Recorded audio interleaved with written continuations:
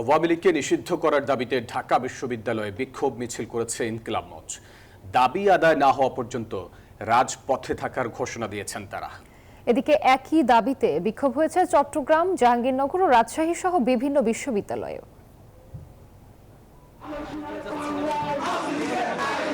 আওয়ামী লীগকে নিষিদ্ধের দাবিতে ঢাকা বিশ্ববিদ্যালয়ে বিক্ষোভ মিছিল।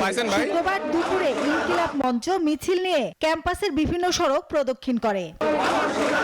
পরে রাজু ভাস্কর্যে সংক্ষিপ্ত সমাবেশ করে সংগঠনটি। আওয়ামী লীগকে নিষিদ্ধ না করা পর্যন্ত রাজপথ না ছাড়ার ঘোষণা দেয় তারা। আওয়ামী লীগ মানেই গণহত্যাকারী, আওয়ামী লীগ মানেই খুনি।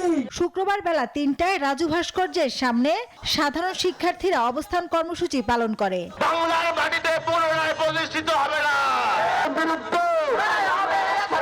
একের পর এক গণহত্যা সংঘটিত করার পরেও আজকে ইন্টারিম একটি সিদ্ধান্ত নিতে পারছে না, যেখানে ছাত্র জনতা 5ই আগস্টে আওয়ামী লীগের বিরুদ্ধে রায় দিয়ে দিয়েছে। বিক্ষোভ হয়েছে রাজশাহী বিশ্ববিদ্যালয়েও। দাবি উঠেছে গণহত্যার বিচারের।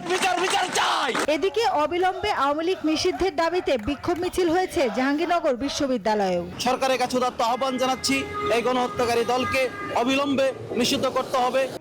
Desk report, news 24।